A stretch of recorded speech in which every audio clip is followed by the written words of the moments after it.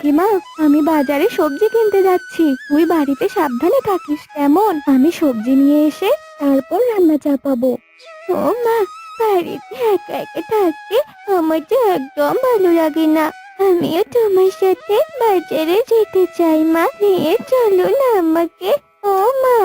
আচ্ছা ঠিক আছে, চল তবে।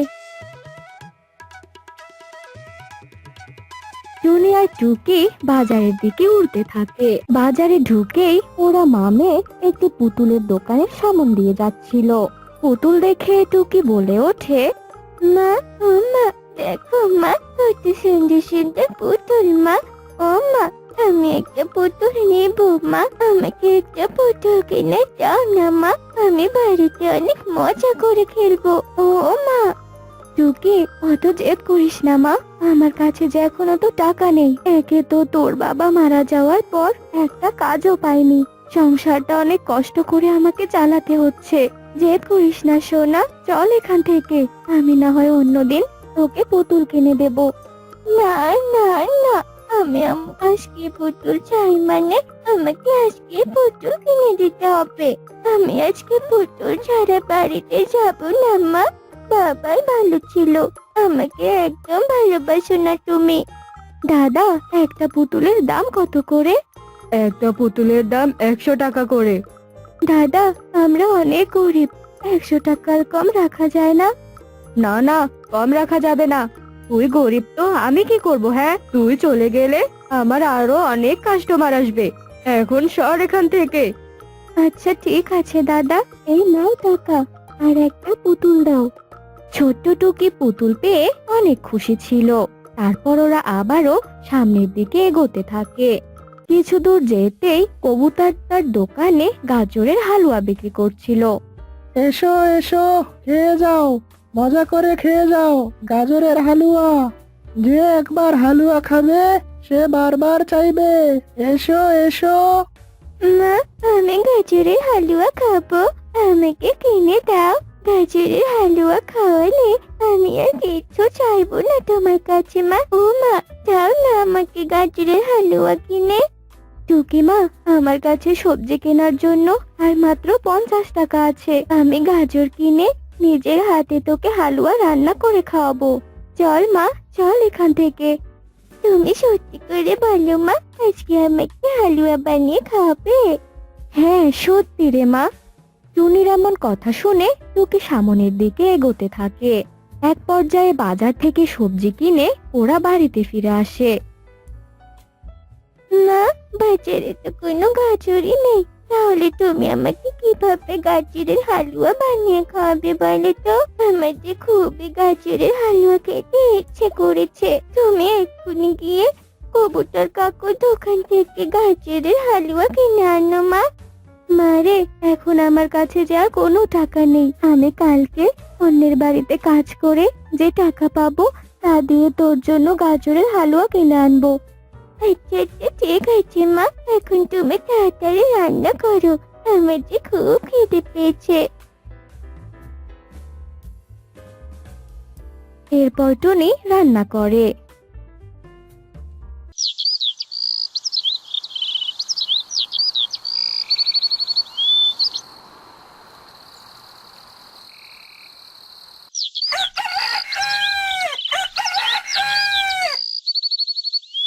পরের দিন সকালে টুনি কাজের জন্য বেরিয়ে পড়ে।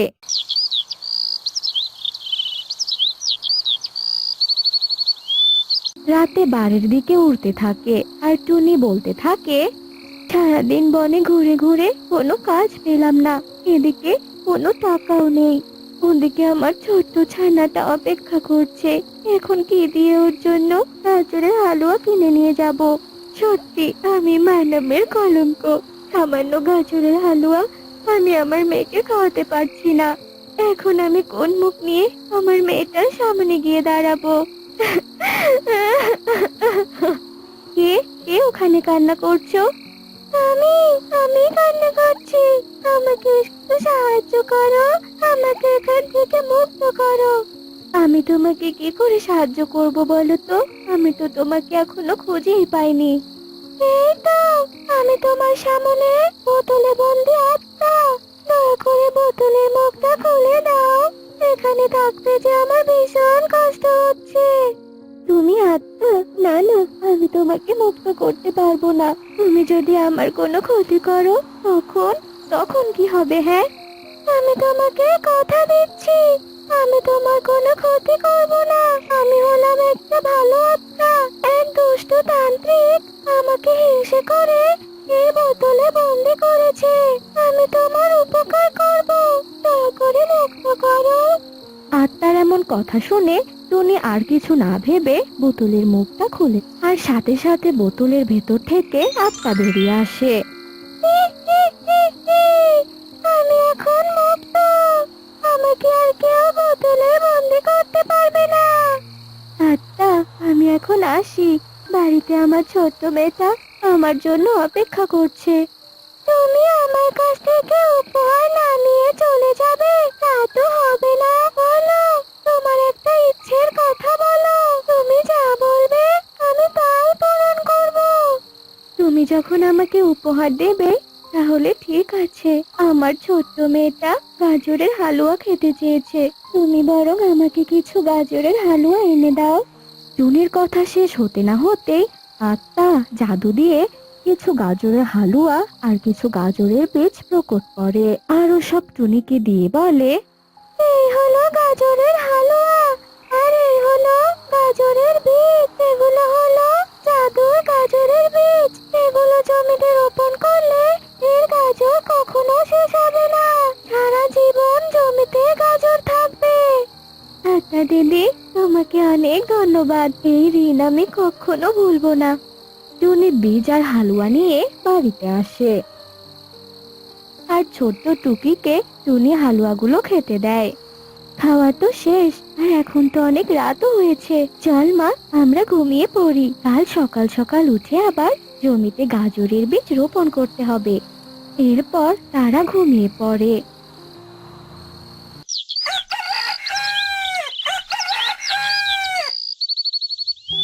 পরের দিন সকালে টুনি তার জমি চাষ করে তাতে আত্মার দেওয়া গাজরের বীজগুলো রোপণ করে। এভাবেই কয়েকদিন কেটে যায়। এক পর্যায়ে গাজরগুলো বড় হয়, আর টুনি টুকিকে বলতে থাকে, মা, বাড়ি থেকে ঝুড়ি নিয়ে আয়। আজকে গাজরগুলো তুলে বাজারে বিক্রি করতে নিয়ে যাব।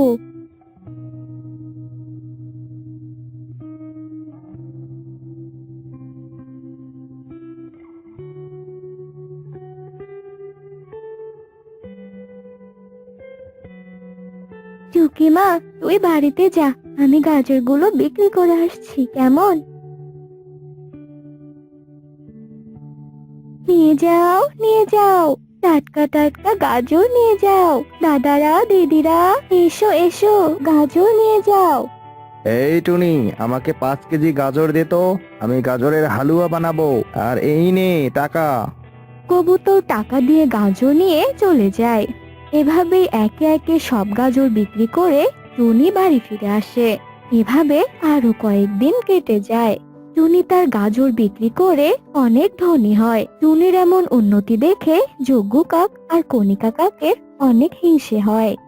আরে যজ্ঞ, তুমি এইখানে বসে আছো, ওইদিকে টুনি ওর গাজর বিক্রি করে অনেক ধনী হচ্ছে। তুমি যে কোনো কাজের নাও সেটা আমার জানা হয়ে গেছে। বসে থাকবো না তো কি কাজ করব বলো? তুমি তো জানোই আমার কোনো কাজ করতে ভালো লাগে না। কাজ করতে ভালো না লাগলেও চলবে, কিন্তু চুরি করতেই হবে। টুনির জমির গাজর তোমাকে চুরি করতেই হবে। আজ রাতে তুমি আর আমি দুজনেই টুনির জমির সব গাজর চুরি করে আনবো, আর সেইগুলো আমরা চুরি করে আনে বাজারে বিক্রি করে ধনী হয়ে যাব, বুঝেছো? হ্যাঁ, বুঝেছি।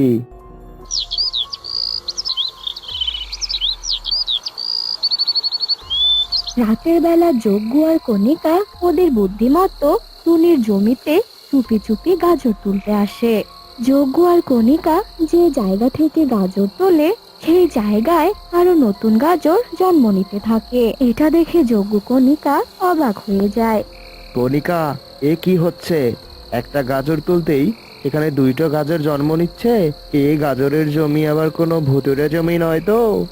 ভূত বলতে কিছু নেই, এত কথা না বলে তাড়াতাড়ি গাজর তুলতে শুরু করো। জন্য এখানে এসেছিস? দাঁড়া, তোদের দেখাচ্ছি মজা। যোগ্য, সত্যি এটা ভোতর জমি। আসতে চাইলে চলো পালাই, আর কখনো এইদিকে তাকাবো না। ওরে বাবা রে! ওরা ভয়ে ছুটতে পালিয়ে যায়।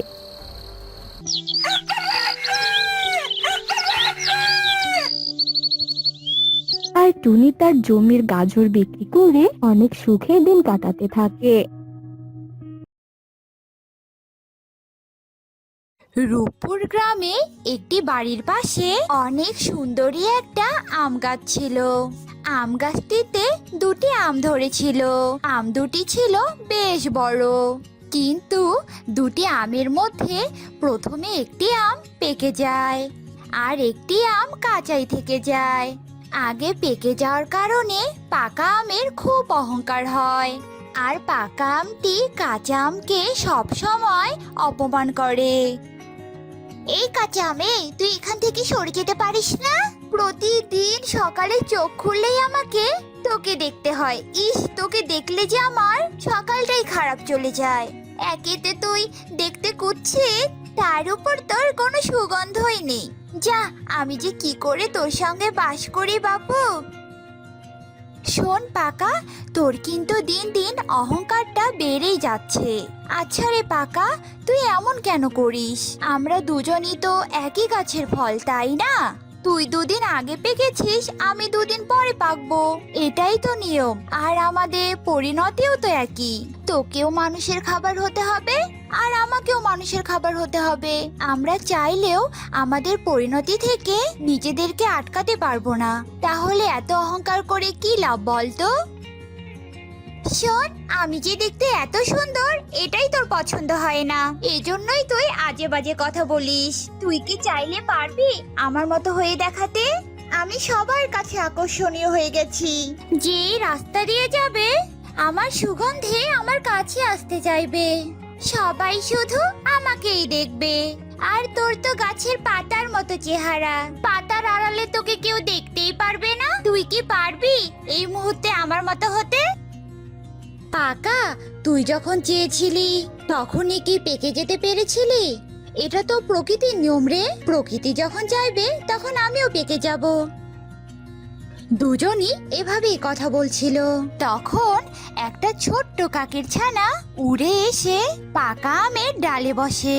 যেই না কাকের ছানা পাকা আমের ডালের উপরে বসলো, তখনই পাকা আম জ্বলে পুড়ে একাকার অবস্থা। এই পাখি, এই কোথা থেকে মরতে এলি রে? কি করছি কালো কাকের ছানা? তুই আমার ডালে কেন বসেছিস শুনি? এইরকম কুৎসিত কালো কাক যদি আমার ডালে বসে, আমার সৌন্দর্যের ব্যাঘাত ঘটবে। আমাকে আর সুন্দর দেখাবে না। ছি ছি ছি ছি। এই পাখি, এই যা এখান থেকে, যা যা যা। তুই ছোট্ট কাকের ছানার সঙ্গে এইরকম ব্যবহার করছিস কেন? নিশ্চয় কাকের ছানাটা ক্লান্ত হয়ে এসে তোর এখানে বসেছে। ছোট্ট কাকের ছানা, তুমি কষ্ট পেও না। এসো, তুমি আমার কাছে এসো, আমার ডালে বসো। এরপর কাকের ছানাটি কাঁচা আমের ডালে বসে আর সেখানে আরাম করতে থাকে। এদিকে পাকা আম কাককে কাঁচা আমের সঙ্গে দেখে এবার মানিয়েছে, বুঝেছিস কাঁচা? তোকে তো আর গাছে সবুজ পাতার জন্য দেখা যায় না। এবার কাককে তোর পাশে ভালোই মানিয়েছে, কালো আর সবুজ পাশাপাশি। কি সুন্দর লাগছে। পাকা আমের এইরকম কথা শুনে কাকের ছানাটি কথা বলেই উঠল। আচ্ছা পাকা আম, তুমি কি নিজের ইচ্ছাতেই পাকতে পেরেছো, নাকি তুমি জন্ম থেকেই পাকা ছিলে বলো তো?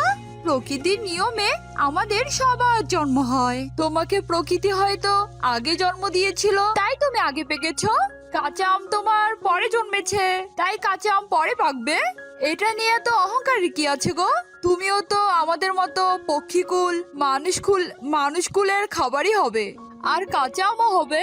তুমি যে নিজেকে নিয়ে এত অহংকার করছো। শোনো পাকা আম, সবাই কিন্তু পাকা আম পছন্দ করে না। অনেকেই আছে যারা কাঁচা আমের জন্য পাগল হয়ে থাকে। এই বজট পাখি, আমি বুঝতে পেরেছি। ওই কাঁচা আম তোকে ওর ডালে বসতে দিয়েছে বলে তুই ওর হয়ে কথা বলছিস, তাই না? যা যা, ভাগ এখান থেকে। এত অহংকার করো না পাকাম, খুব তাড়াতাড়ি ধ্বংস হয়ে যাবে। এসব কথা বলতে বলতে কাকের ছানাটি সেখান থেকে উড়ে গেল। কিছুক্ষণ পরে সে গাছের নিচে একটা ছোট্ট টুনি পাখি এসে কান্না করছিল। ছোট্ট টুনিকে কাঁদতে দেখে কাঁচা আম বলল, কি হয়েছে তোমার? তুমি কাঁদছো কেন? জানো, আজকে আমার মা আমাকে অনেক বকেছে, তাই আমি মায়ের উপরে রাগ করে বাড়ি থেকে চলে এসেছি। আমি আর বাড়ি ফিরবো না। মায়েরা তো এমনিতেই বকে না, তুমি কি করেছো? তোমার মা তোমাকে কেন বকেছে? আমি একসঙ্গে অনেকগুলো চকলেট খেয়ে ফেলেছিলাম, সেজন্য মা আমাকে বকেছে। আচ্ছা কাঁচা আম, তুমি বলো, চকলেট যে আমার ভীষণ পছন্দ, তাহলে কি আমি চকলেট খাবো না? তুমি তো চকলেট খাবে ছোট্ট পাখি, কিন্তু একসঙ্গে অনেক চকলেট খেলে যে তুমি অসুস্থ হয়ে পড়বে, তাই তো তোমার মা বকেছে। আর তুমি এভাবে বাইরে এসে ঠিক করনি। তুমি বাড়ি গিয়ে দেখো, নিশ্চয়ই তোমার মা তোমাকে বকেছে বলে এখন কষ্ট পাচ্ছে। এইসব শুনে পাকাম বলে উঠল, না না ছোট্ট পাখি, তুমি একদম ঠিক করেছো। তুমি আর বাড়ি ফিরে যেও না, তোমার মা অনেক খারাপ। চকলেট খেয়েছো তো কি হয়েছে, সেজন্য বকতে হবে নাকি? না না ছোট্ট পাখি, তুমি আমার কথা শোনো। তুমি ওই পাকামের কথা শোনো না, তুমি যাও, বাড়ি ফিরে যাও। গিয়ে দেখো, নিশ্চয়ই তোমার মা কষ্ট পাচ্ছে। না না ছোট্ট পাখি, তুমি আমার কথা শোনো। ও দেখতে যেমন কুৎসিত, ওই তেমনি তোমাকে কুৎসিত বুদ্ধি দিচ্ছে। আর দেখো, আমি দেখতে কত সুন্দর, তাই আমার বুদ্ধি নিশ্চয়ই অনেক সুন্দর হবে। এরপর ছোট্ট পাখিটি উড়ে তার মায়ের কাছে যায়। গিয়ে দেখে, আহারে, কেন যে আমি আমার সোনাকে বকতে গেলাম, না জানি কোথায় চলে গেল। অত রাগ হয়েছে ওই। মায়ের এরকম কথা শুনে ছানাটি তার মায়ের কাছে এলো। মা মা, আমার ভুল হয়েছে মা, আমি আর কখনো বাড়ি থেকে চলে যাব না। না রে সোনা, আমারই ভুল হয়েছে তোকে বকা দেওয়াটা। আমার উচিত ছিল তোকে বুঝিয়ে বলা। না মা, তোমার কোনো ভুল হয়নি। আচ্ছা তুমি থাকো, আমি এক্ষুনি আসবো।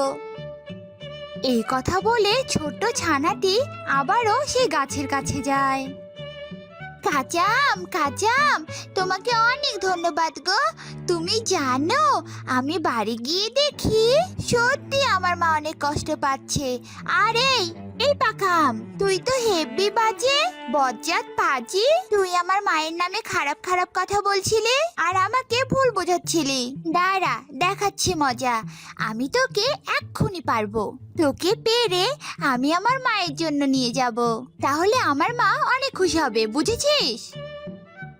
এই কথা বলে ছোট্ট পাখিটি সেই পাকা আমটা ছিঁড়ে তার মায়ের জন্য নিয়ে যায়।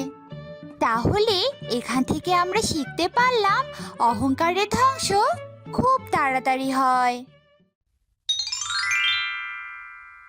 নিঝুমপুর বনে অনেক পাখিরা বসবাস করত। টুনি, কণিকা কাক, যজ্ঞ কাক, বিউটি পায়রা, সুখী পায়রা, তোতা, ঈগল আরো অনেকে সেখানে বাস করত। তারা ছিল অনেক ভালো, আর তাদের মধ্যে কণিকা কাক ছিল সিঙ্গারাওয়ালি। কণিকা কাক সিঙ্গারা বিক্রি করে তার সংসার চালাতো। কণিকা কাকের একটি ছেলে ছিল, তার নাম ছিল কনক। কণিকা কাক বনের সবার বাড়ির সামনে গিয়ে সিঙ্গারা বিক্রি করত। নিয়ে যাও মজার মজার গরম গরম সিঙ্গারা। এই সিঙ্গারা যে একবার খাবে তার বারবার খেতে ইচ্ছে করবে। নিয়ে যাও। এই সিঙ্গারাওয়ালি, আমাকে একটা সিঙ্গারা দাও তো। আচ্ছা, তোমার এই সিঙ্গারা এত সুস্বাদু হয় কিভাবে বলো তো একটু। এই যে বলো না, এই নাও সিঙ্গারা। এভাবেই কণিকা কাক বনে ঘুরে ঘুরে সিঙ্গারা বিক্রি করত। এভাবেই দিন চলতে থাকে। কণিকা আবারও সিঙ্গারা নিয়ে বাড়ি থেকে বের হয়।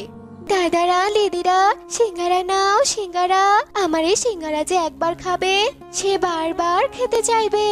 সিঙ্গারা নেবে গো, সিঙ্গারা। এই যে সিঙ্গারওয়ালি, এদিকে এসো আর আমাকে একটা সিঙ্গারা দাও তো, আমি খেয়ে দেখি। এই বলে বিউটি পায়রা কণিকার কাছ থেকে একটা সিঙ্গারা কিনে নেয় আর বলে, আরে বা, তোমার সিঙ্গারা তো অনেক সুস্বাদু খেতে। না বলে কি, কাল তো আমার বাসায় অনেক আত্মীয় স্বজন আসবে। তুমি কালকে আমার বাড়িতে এসে সিঙ্গারা ভেজে দিও তো। আচ্ছা ঠিক আছে, এবার তবে চলে গো দিদি। এভাবেই দিন কাটতে থাকে। কণিকা প্রতিদিন সিঙ্গারা বিক্রি করত, যার কারণে প্রতিদিন সিঙ্গারা খেতে খেতে এখন আর কেউই আগের মতো সিঙ্গারা খেতে চায় না। এই দেখে কণিকা ভীষণ চিন্তায় পড়ে যায় আর ভাবতে থাকে, না না, এভাবে যদি সবাই আমার সিঙ্গারা খাওয়া ছেড়ে দেয় তাহলে কিভাবে আমার সংসার চলবে? আমি তো না খেতে পেয়ে মরেই যাব। না, তার হতে দেয়া যাবে না। কিন্তু কি করব আমি?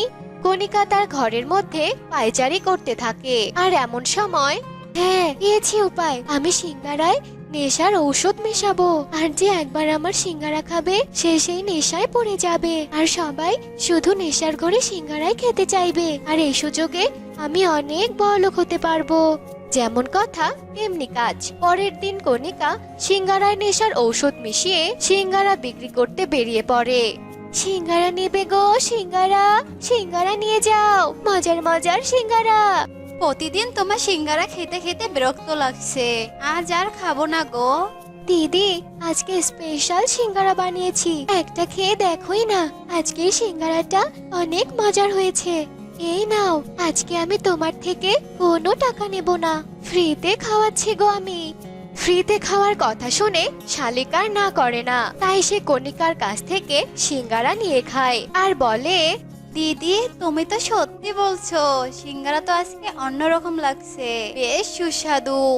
এখন থেকে এর থেকেও ভালো করে সিঙ্গারা বানাবো, বুঝেছো? আমি এখন আসি গো দিদি। এ কথা বলে কণিকা চলে যায়। আর চলতে চলতে কণিকার বিউটি পার্লার সাথে দেখা হয়। দিদি, এই নাও সিঙ্গারা, আজকে একেবারে মজার সিঙ্গারা, ফ্রিতে খাওয়াবো। গরম গরম সিঙ্গারা নাও তো। আরে বাহ, যে টাকা ছাড়া সিঙ্গারা দেয় না সে আবার আজকে ফ্রিতে সিঙ্গারা দিচ্ছে, ব্যাপারটা কি? আসলে দিদি, আমার ছেলের আজকে জন্মদিন, তাই ফ্রিতে সিঙ্গারা খাওয়াচ্ছি। আর কথা না বাড়িয়ে সিঙ্গারাটা খেয়ে নাও তো, ঠান্ডা হয়ে যাচ্ছে কিন্তু।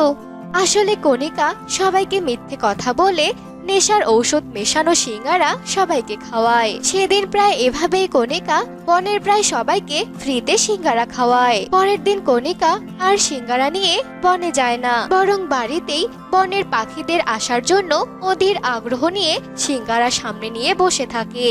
এদিকে বনের যেসব পাখিরা কণিকার নেশার ঔষধ মেশানো সিঙ্গারা খেয়েছিল তারা সবাই কণিকার সিঙ্গারা খাওয়ার জন্য অনেক অস্থির হয়ে পড়ে। ওহ বাবা, সিঙ্গারা ছাড়া আজকে কিছুই তো ভালো লাগছে না। এখনো তো ওই সিঙ্গারা অলি এলোই না। না, আর তর্স হইছে না, এখনই আমাকে ওই সিঙ্গারা অলির বাড়িতে যেতে হবে।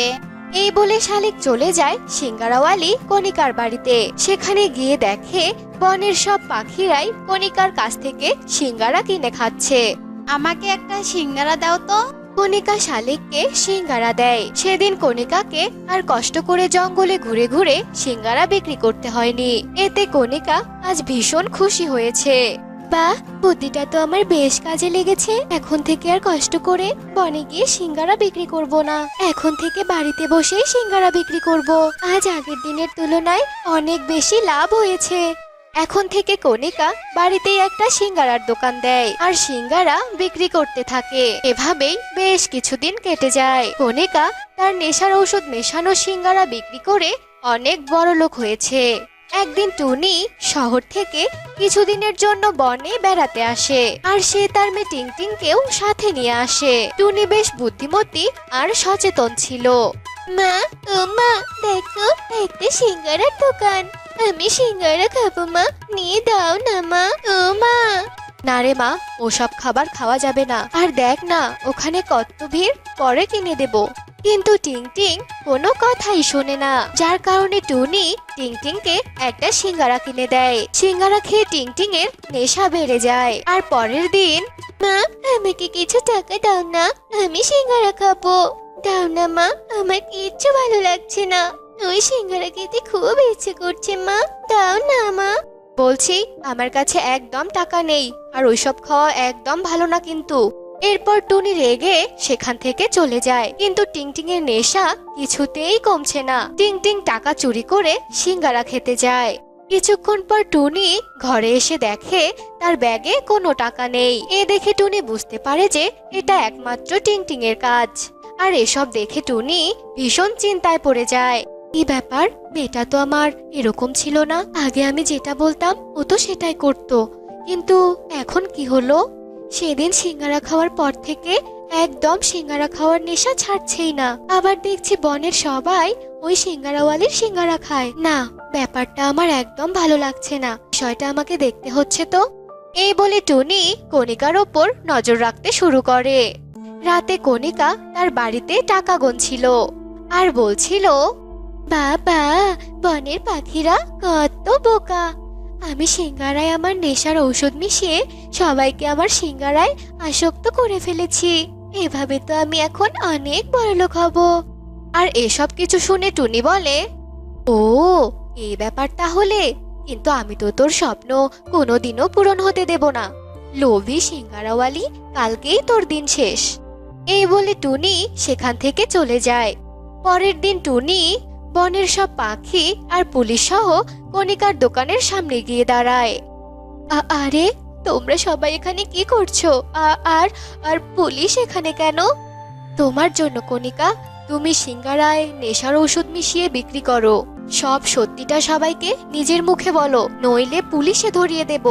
কণিকা সবাইকে একসঙ্গে দেখে ভয়ে সত্যিটা খুলে বলে, আমার ভুল হয়ে গেছে, আমাকে তোমরা ক্ষমা করে দাও। আমি খুব বড় ভুল করেছি, আমি এমন আর কখনো করব না।